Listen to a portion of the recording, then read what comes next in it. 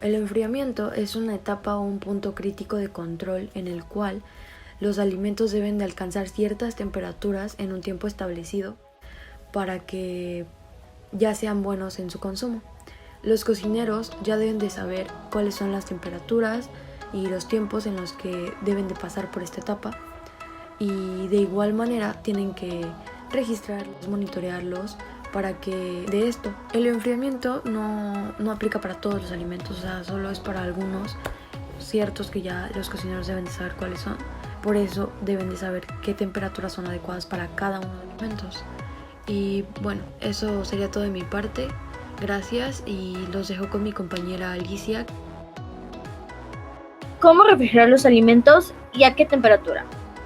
Los alimentos tienen que refrigerarse a una temperatura de 4.4 centígrados. Los alimentos ya cocidos pueden meterse directamente al refrigerador, pero nunca calientes. Tienen que estar a una temperatura ambiente o bajarle la temperatura en hielo o agua fría. Es muy importante cubrir los alimentos. Recordemos que al moho le gustan las temperaturas húmedas. Si no cubrimos los alimentos, pueden meterle humedad y que así se contaminen con este ya llamado hongo, el moho. También es importante cubrirlos para que no adquieran ningún olor extraño. Las sopas o fondos deben estar en un contenedor poco profundo para que así la temperatura de refrigerador pueda llegar a abarcar todo el fondo, al igual que los cortes grandes. Deben hacerse en trozos muchísimos más pequeños para que se puedan refrigerar bien y tengan la temperatura correcta. Las aves, pescados, mariscos crudos deben estar bien sellados en un envase para evitar que se derramen sus jugos o contaminen otros alimentos con estos. Cabe destacar que los alimentos cocidos deben ir hasta la parte de arriba y la parte de los crudos en la parte de abajo del refrigerador, para evitar así caída de sus jugos y que tengan una contaminación. También es importante destacar que un alimento cocido no se puede congelar o refrigerar más de una vez. Les hablaré sobre las características del refrigerador y la reproducción de bacterias. Simplemente enfriar los alimentos frescos no es suficiente para preservarlos por un largo tiempo. Varios alimentos frescos requieren de diferentes temperaturas, niveles de humedad o incluso de luz. El refrigerador es una de las piezas de equipo en la cocina para mantener los alimentos inocuos. Estas unidades, que hoy en día ya es muy común, nos olvidamos que alguna vez fue una caja con un bloque de hielo usado para suplir una fuente independiente de aire frío. Pero eso nos recuerda instantáneamente lo importante que es en nuestras vidas. Cuando se va la corriente de la luz o falla la unidad poniendo la inocuidad de los alimentos en peligro. No todos los microorganismos presentes en los alimentos son peligrosos para el consumidor. Algunos solo causan el deterioro del alimento. Los microorganismos son seres vivos muy pequeños que requieren de ciertos factores para reproducirse. La cantidad de agua, la cantidad de tipo de alimento, o sea, los nutrientes, la acidez que éste tenga, así como la temperatura y la cantidad de oxígeno disponible. Determinan el tipo de microorganismos y la velocidad a la cual pueden reproducirse. A medida que la temperatura disminuye, la mayoría de los microorganismos reduce la velocidad en la que se reproduce, por consecuencia la vida útil del alimento se incrementa. La mayoría de los microorganismos patógenos no pueden multiplicarse al estar en temperaturas de 4 centígrados o menor a este. Y la forma de detener por completo el deterioro de los alimentos por efecto de los microorganismos es sometiéndolo a la congelación, específicamente a menos 18 centígrados, ya que esto inhibe su crecimiento. Las bacterias nocivas pueden llegar a significar un gran riesgo para la integridad de la salud en las personas. Entre mayor sea la cantidad de bacterias que tiene un alimento, mayor será la probabilidad de contraer algún tipo de enfermedad. Pero para esto las temperaturas frías evitan la propagación de estas bacterias nocivas, evitando así que se reproduzcan y reproduciendo el riesgo de contraer alguna enfermedad causada por esta, ya que algunas pueden llegar a duplicarse en tan poco tiempo, como lo son 20 minutos, y por esa razón es de suma importancia que mantengamos los alimentos perecederos en refrigeración, ya que la temperatura adecuada para mantener los alimentos en muy buen y óptimo estado debe rondar entre los 4.4 centígrados o menos. Bueno, ¿sabías que las bacterias patogénicas se desarrollan con mucha facilidad en la zona de peligro, que como vimos es de 4.4 centígrados a 60 centígrados? Estas bacterias pueden causar desde enfermedades muy graves hasta incluso la muerte. Lo malo de este tipo de microorganismos es que por lo general no afectan al gusto, olor, apariencia ni sabores de los alimentos, o sea que es muy difícil de identificarlos. Las bacterias que deterioran los alimentos, por el contrario, pueden desarrollarse incluso a temperaturas muy bajas, como las del refrigerador. Estas al contrario que las patogénicas dañan la apariencia del producto, llegando a hacer que huela y se vea mal. Sí, como siempre, como algunas veces encontramos ahí en nuestro refrigerador. Pero sin embargo no son tan dañinas, y si una persona decidiera consumir algún tipo de este alimento que tenga ese estado, es muy poco probable que este le cause algún tipo de enfermedad mortal o siquiera alguna reacción. O sea, sería solamente una simple infección estomacal o un dolor leve. O sea, no es muy fuerte como las otras bacterias patogénicas. El recalentamiento es cuando metemos al horno en una temperatura elevada un alimento cocinado previamente, el cual está guardado en un refri o en el congelador, lo cual a veces llega a tener bacterias desde que está en el refrigerador. Por eso es fundamental que se alcance una temperatura adecuada en el recalentamiento. De igual forma debe ser medido con un termómetro, porque al ser calentado debe ser de una manera rápida y eficaz. Asimismo, al recalentarlo podemos evitar desperdiciar comida y no gastar dinero. Pero, ¿cómo podemos evitar enfermarnos al tener un mal recalentamiento?